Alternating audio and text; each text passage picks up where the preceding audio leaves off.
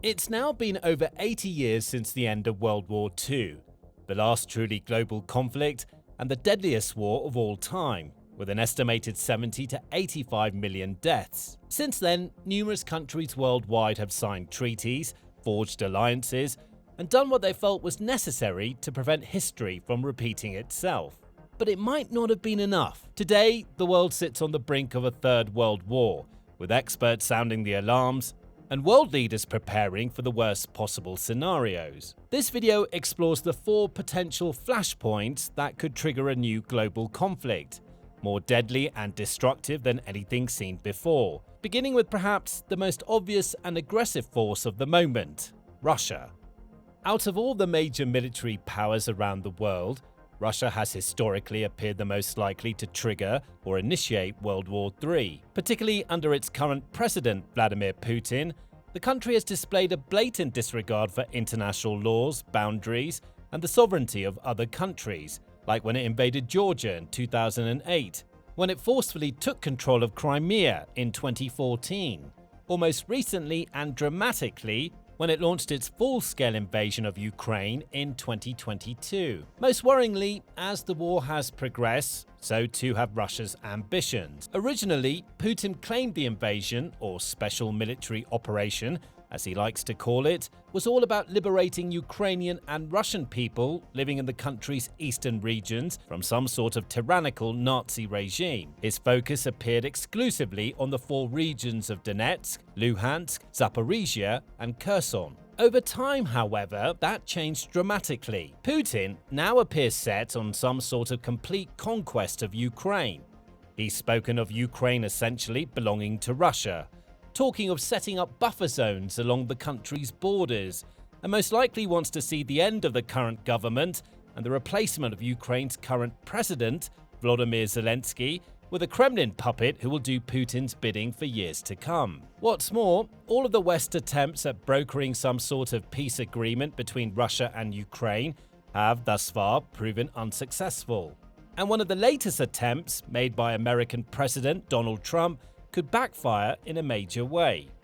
In November, Trump unveiled a 28-point peace plan designed to end the war in Ukraine. It involved Ukraine being asked to both give up significant amounts of its territory to Russia and scale down its military operations. It also includes a block on the prospect of Ukraine joining the NATO alliance in the future.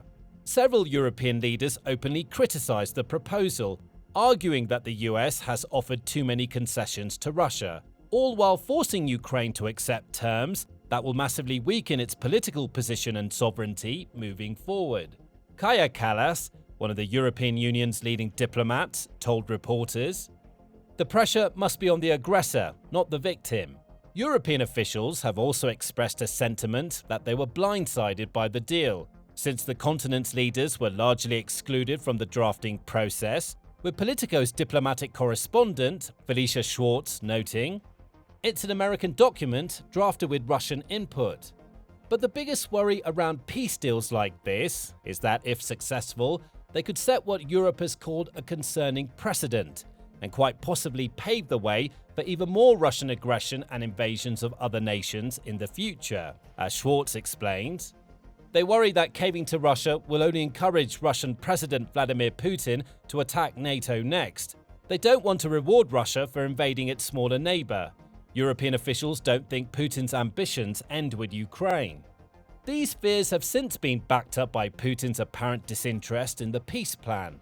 The Institute for the Study of War revealed that the Russian president, as well as other Kremlin officials and Russian military experts, have little interest in any sort of ceasefire at the moment. Kremlin officials and Russian mill bloggers have been rejecting the US proposed 28-point peace plan and reiterating Russia's commitment to its original maximalist war aims since Western media began reporting on the proposal on November 20. These statements continue to indicate that Russia is unlikely to accept any proposed peace plan that falls short of Ukrainian capitulation. It's hardly surprising that Putin seems keen to persist with the war. Even though his country currently faces an economic crisis, combined with a labor shortage and countless other problems, its forces have been making slow but steady gains on the battlefield. It's still suffering huge losses, with recent reports suggesting that more than 1.1 million Russian soldiers have either been killed or wounded so far. And the number of damaged or destroyed tanks, armored vehicles, air defenses, and other assets similar continues to soar. But Putin has long proven that he doesn't put much stock in the value of soldiers' lives or care all that much about how many Russian tanks, planes, and vehicles get blown up. What he cares about is power, and as long as his war machine is making gains, no matter how small and slow they may be, then his power is effectively expanding. And that's more than enough for him. In addition, Ukraine has been struggling of late with manpower issues, a government corruption scandal, and a growing malaise with the war that shows no signs of ever being over. Thus, not only has Putin been happy to reject peace deals and even refuse a second face-to-face meeting with Trump in Budapest, but he's also urged his commanders to make the most of the moment, launching bigger, bolder, and deadlier aerial assaults on Ukrainian towns, cities, and infrastructure. And he hasn't stopped there. Recent months have also seen Russia beginning to poke and prod at NATO's defenses, with numerous instances of Russian drones and even jets going beyond Ukraine and into the airspace of nations like Poland, Estonia, and Romania, to name but a few. In response, Poland's PM warned that his country was at its closest to open conflict since the Second World War, while a NATO statement noted a wider pattern of increasingly irresponsible Russian behavior, involving actions that are escalatory, risk miscalculation, and endanger lives. Numerous nations along NATO's eastern flank, Latvia, Lithuania, Poland, Estonia, and Finland, are all taking preventative measures to bolster their border protections. All 5 of the countries recently pulled out of a landmine treaty, evidently intending to position mines and other defenses along their borders to make life harder for any invading force that might arrive in the months or years ahead. Fears are undoubtedly rising that one or more of these nations, particularly the 3 Baltic states, could be next on the Kremlin's hit list. But Russia may even have bigger, broader ambitions than that. It recently ramped up production of new hypersonic missiles capable of striking targets over 3,400 miles away, which would put the whole of Europe within their reach and even western parts of the United States as well. On top of that, Russia also recently carried out a successful test of one of the most concerning additions to its arsenal in quite some time, the Burevestnik nuclear-powered cruise missile, also known as the Flying Chernobyl. Not only does this missile allegedly boast of an almost unlimited range, but its design is inherently dangerous, raising the risk of a large-scale nuclear disaster. There's no telling how much damage this weapon could do if launched to Ukraine, the Baltics, or any other nation in its sights. And Putin has already been boasting of how it's given Russia the highest level nuclear arsenal on the planet. With such clear signs of escalation, the risk of Russia attacking a NATO nation feels higher than ever. And in accordance with Article 5 of the North Atlantic Treaty, any attack on a NATO member is treated as an attack on the entire alliance, with all 32 members obligated to respond. And while 32 countries versus 1 may sound like a very uneven fight, Russia still has the potential to deal enormous damage to any country in its path and could call on its own allies, namely the likes of North Korea, Iran, and possibly even China, to join its side in the ensuing global battle. And speaking of China, the Asian nation is arguably the second most likely to initiate World War III at this point in time, according to many experts. Experts like Shi Risheng, the Deputy Chief of the General Staff for Intelligence at Taiwan's Defense Ministry, who also issued a warning cry regarding Trump's 28-point Ukraine peace plan. Criticizing the plan at the Warsaw Security Forum, the Deputy Chief warned that if Russia is allowed to expand its aggression, China could seize the opportunity to launch its own offensive in Taiwan.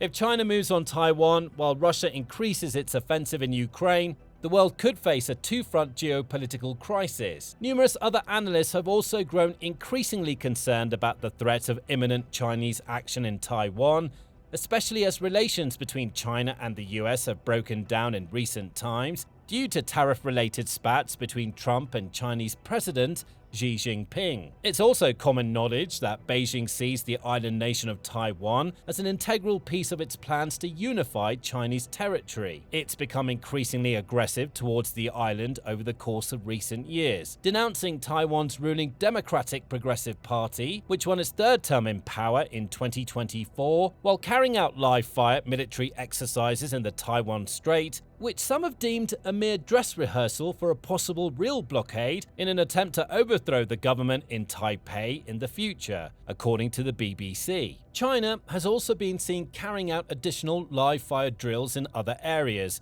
close to Vietnam and Australia, for example, while testing out various equipment that appears designed for a full-scale invasion of Taiwan, like new landing barges and deep-sea cable cutters that could effectively sever Taiwan's communications with the outside world. The US, meanwhile, has thrown its weight behind Taiwan, providing financial, military, and political support for the island, further fanning the flames of a conflict that seems more imminent and inevitable than ever before. Indeed, many observers feel that China could take military action against Taiwan as soon as 2027, especially as this year has special significance, marking the 100-year anniversary of the People's Liberation Army. But if China wants Taiwan, it's most likely going to have to get through America first. US officials have repeatedly emphasized a clear eagerness or even a sense of duty to defend Taiwan at all costs, and their Chinese counterparts understand that a Taiwan invasion would, according to Time magazine, risk direct war with the US. Unfortunately, that may not be enough to deter China, and it's already taking steps to prepare for such an eventuality. It's built the world's biggest naval force, for example, and is going to great lengths to strengthen the other branches of its military, investing in new missiles and other technologies to defend itself and potentially unleash havoc on its enemies. It even intends to expand its existing nuclear arsenal, which already stands at an estimated 600 warheads, which would put the US in a far more perilous position, as noted by Dr. Siddharth Kaushal of the Royal United Service Institute. This will make things even more complex for the US, because it will face the prospect, theoretically, of a China-Russian alliance that has more nuclear weapons than it does. But before China potentially kicks off World War III, another even more volatile Asian nation risks getting there first: North Korea. Despite its small size, at least when compared to the major military powers mentioned so far, North Korea remains a nuclear power and has been working tirelessly to ramp up its military capabilities in recent years, developing and testing numerous cruise and ballistic missiles. While many of their designs are believed to be flawed, some may have the potential to travel large distances, bringing countries across the globe into Pyongyang's range. And on the southern side of the Korean Peninsula, officials are growing increasingly fearful of all-out war. South Korean President Lee Jae-myung, for example, recently admitted that the peninsula is in a very dangerous situation, with a very real possibility of war breaking out at almost any moment. Lee noted that North Korea has so far refused to answer calls from Seoul aimed at establishing contact and calming the situation. The North has also erected barbed wire fences along its military border, an act that hasn't been seen since the days of the Korean War, and made multiple incursions into South Korean territory, with Reuters noting, "There have been more than 10 border incursions by North Korean soldiers this year, some leading to South Korean troops firing warning shots under established protocol." It's increasingly possible that one of these incursions could lead to full-scale conflict. All it would take is one of those warning shots striking and killing a North Korean soldier, and all of a sudden, Pyongyang could erupt, launching missiles and more over the border at its southern neighbor. Indeed, many fear that this is exactly the scenario North Korea's leader, Kim Jong-un, is planning for, as the dictator has consistently shown declining interest in any sort of peaceful unification with the South. South Korea, too, has been forced to follow a similar course, scrapping a 2018 non-hostility pact that was supposed to ease military tensions on the peninsula. As The Independent notes, Kim's government has repeatedly dismissed calls by Seoul and Washington to restart long-stalled negotiations aimed at winding down his nuclear weapons and missile programs, as he continues to prioritize Russia as part of a foreign policy aimed at expanding ties with nations confronting the US.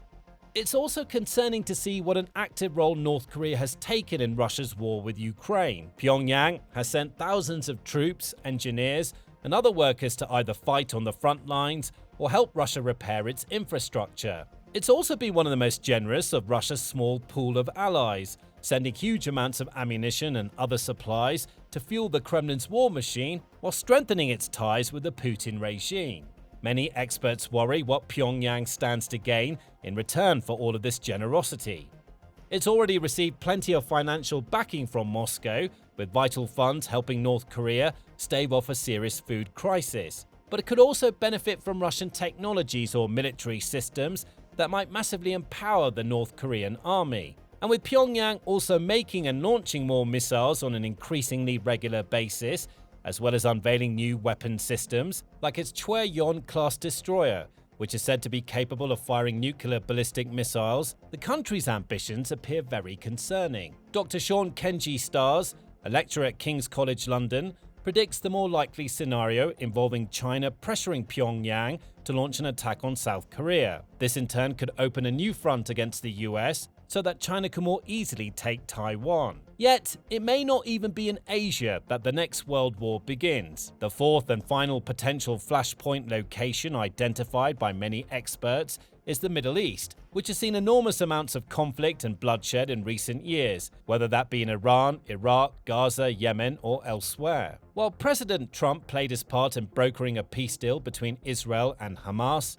announcing a historic dawn of a new Middle East in October, the two sides have since continued to launch attacks against one another. Meanwhile, the threat posed by Iran's burgeoning nuclear program hasn't disappeared, even after the US launched numerous airstrikes against Iranian nuclear facilities back in June. At the time, Trump originally claimed that the country's nuclear capabilities has been all but eliminated, but those claims were swiftly debunked, and reports now suggest that Iran maintains close to 1,000 pounds, 440 kilograms of highly enriched uranium, with Paul Ingram, research affiliate for the Center of Existential Risk at the University of Cambridge, noting, "The belief amongst most of us in the expert community is that the Iranians will have taken that 440 kilograms away from dangerous sites prior to the bombing, and the bombing itself wouldn't have destroyed the sites, it would have just made them less accessible. It all adds up to quite a dangerous situation where their capacity has been marginally degraded, but the incentives for Iran to go nuclear have gone through the roof." Ingram went on to note that Iran may be feeling increasingly cornered and likely to lash out, since its other strategic deterrence capabilities, like its proxy groups, Hezbollah in Lebanon and Hamas in Gaza, have been heavily damaged by Israel. As a result, the calls within Tehran to develop nuclear deterrence will have massively increased. Fellow professor Andy Sterling of the University of Sussex has also raised the alarm about a nation like Iran, North Korea, or Russia potentially deploying nuclear weapons in the not-too-distant future. We've been living under an absolutely massive nuclear threat for decades, and at some point, our luck is going to run out. All in all, the global political situation appears increasingly bleak, and numerous signs suggest that World War III is turning from a possibility into a probability with every passing day. The only questions left are where and how will it begin, and how will it end? Now, you can learn more about rising tensions between Russia and NATO in particular in this video, which explores how the alliance recently called Putin's nuclear bluff, delivering a killer blow to the Kremlin's confidence. Or check out this video for a worrying look at how Russia and China may be plotting to team up for a joint attack on NATO and Taiwan at some stage in the next few years. And finally, make sure to subscribe to our channel too, so you can stay informed and up to date on the latest breaking news from around the military world.